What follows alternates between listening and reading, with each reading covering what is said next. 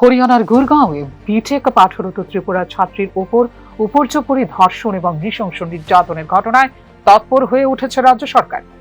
ঘটনার পরপরই সক্রিয় ভূমিকা গ্রহণ করেন রাজ্যের মুখ্যমন্ত্রী ডাক্তার মানিক সাহা।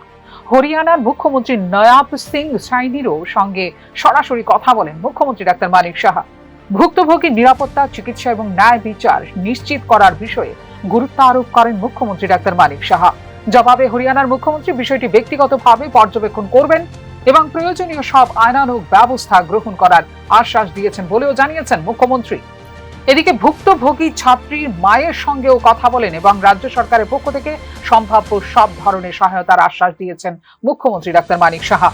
দিল্লি ত্রিপুরা ভবনের প্রধান আবাসিক কমিশনারকে ভুক্তভোগী পরিবারের পাশে থেকে প্রয়োজনীয় প্রশাসনিক ও মানসিক সহায়তা প্রদানের নির্দেশ দেন মুখ্যমন্ত্রী।